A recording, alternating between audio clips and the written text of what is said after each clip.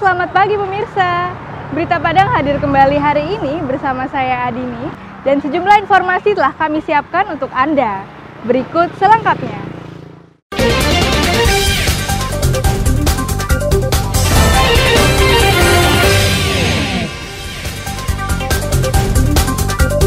Tanah longsor mengakibatkan jalan alternatif Panta menuju Bukit Tinggi putus total.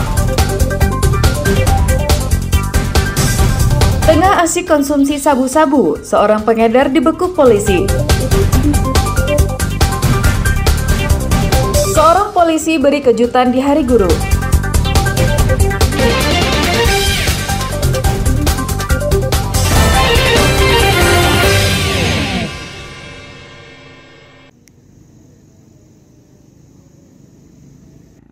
Puluhan pengendara yang melintas di jalan alternatif Panta menuju Bukit Tinggi, tepatnya di Nagari Panta Pauah, Kecamatan Matur, terpaksa harus berjalan di lumpur sambil membawa sepeda motor mereka.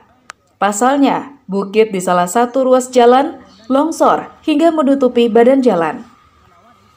Tanah longsor terjadi akibat hujan deras yang turun dengan intensitas tinggi selama beberapa hari.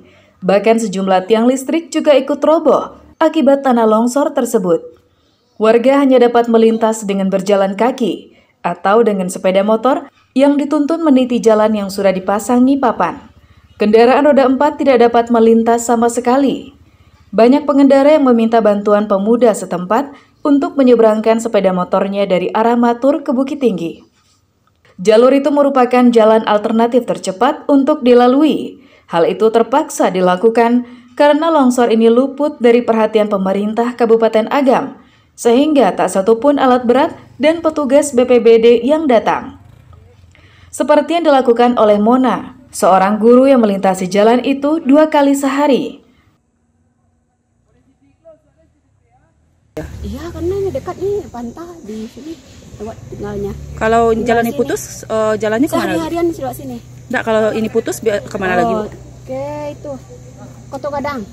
Longsor tidak hanya terjadi di Panta, namun juga di 3 lokasi lainnya di kawasan Matur, Kabupaten Agam.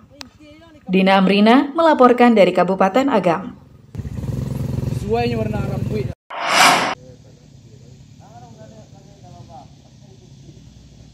Petugas unit pelaksana teknis Dinas Jalan dan Jembatan Wilayah 3, Dinas PUPR Sumatera Barat bersama BPBD Kabupaten Agam berjibaku mengenyahkan material longsor yang menimpa ruas Jalan Cicincin Malala Balingka Minggu siang.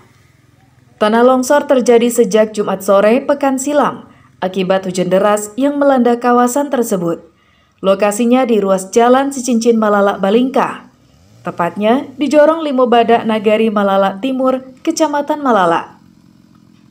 Sejumlah pohon dan tiang listrik ambruk dihantam material longsor hingga menutupi badan jalan sepanjang 80 meter dengan ketinggian sekitar 7 meter. Evakuasi material longsor dilakukan secara manual dan dibantu sebuah alat berat. Sayangnya, pengendara dan masyarakat masih nekat melintasi lokasi menggunakan sepeda motor meskipun jalan masih terputus. Kalau kita estimasi ada sekitar 5 harian kalau kondisi saat sekarang ini. Kalau material kita sudah bersihkan, ranting-ranting ini sudah kita bersihkan, nanti alat akan bekerja. Itu lihat proses dengan keadaan cuaca. Kalau cuaca baik seperti ini, mungkin bisa kita kerjakan secepatnya. Tapi kalau hujan lagi, kita berhenti dulu dengan kondisi saat. Longsor yang terjadi kemarin di Malala.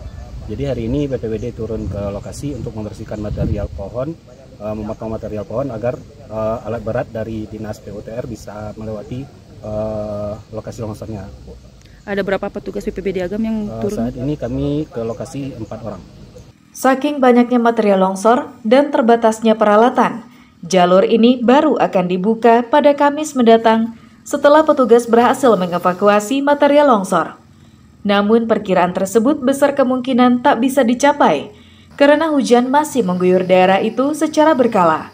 Saat hujan deras, petugas menghentikan pekerjaannya karena khawatir dengan longsor susulan. Dina Amrina melaporkan dari Agam.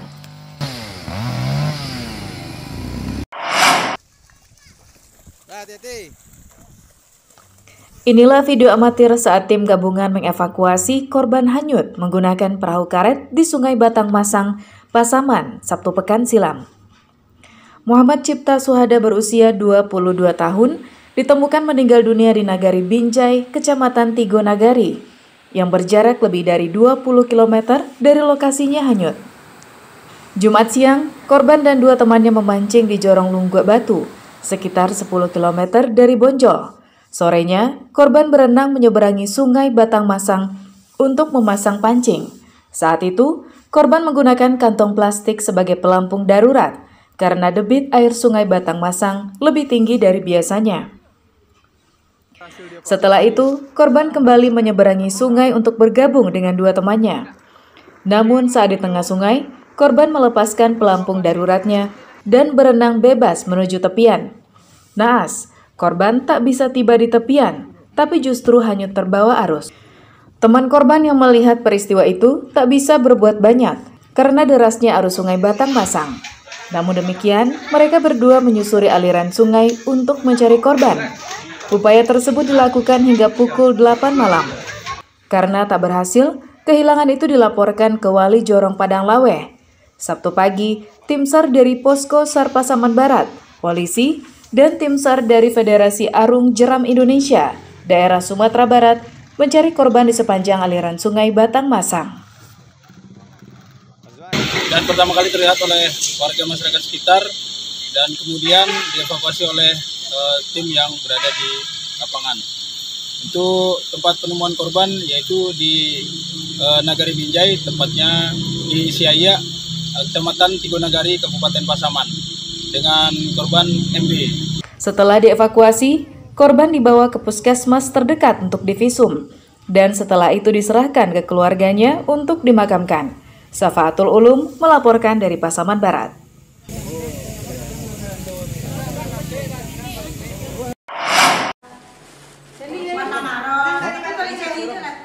Puluhan emak yang tergabung dalam kelompok usaha tanah Batuah ini memperlihatkan kelihayan tangan mereka merajut benang hingga menjadi berbagai macam kerajinan yang bernilai ekonomis di daerah Limau Manis, pinggiran Kota Padang. Berbekal belajar secara otodidak dan dari internet, puluhan emak-emak ini membuat berbagai macam kerajinan seperti gantungan kunci, alas baki, tas, topi, taplak meja, sepatu dan sendal, hingga baju. Menggunakan bahan berupa benang poli dan wol dan alat berupa jarum, emak-emak ini hanya membutuhkan waktu 10 menit untuk membuat satu buah gantungan kunci. Sedangkan untuk pembuatan tas dan baju bisa menghabiskan waktu 2 hingga 5 hari, tergantung bentuk dan ukurannya. Bahkan kerajinan emak-emak ini sudah dipasarkan keluar Kota Padang melalui media sosial. Sebuah gantungan kunci dijual Rp5.000 hingga Rp10.000. Tas Rp200.000, sedangkan baju dijual dengan harga Rp500.000. Nama UMKM-nya itu Kelompok Tangan Batuah. Anggotanya 24 orang. Kalau sekarang kami lebih fokus ke rajut. Nanti bisa payet atau pokoknya semua kerajinan yang bisa dikerjakan. Alas baki, gantungan kunci bunga matahari, tas sudah dibikin juga, topi untuk sholat. Tergantung kerajinannya, kalau sweater sama kardigan tuh bisa jadi sampai 5 hari. Kelompok usaha ini telah berdiri sejak setahun lalu dan diikuti 24 anggota. Meski terkesan santai dan hanya duduk-duduk memainkan benang, namun kelompok ini berhasil memperoleh omset hingga puluhan juta rupiah setiap bulannya. Pendapatan kelompok tersebut setelah dikurangi biaya bahan dan kas organisasi, sisanya dibagi ke semua anggota kelompok. Alfi melaporkan dari Padang.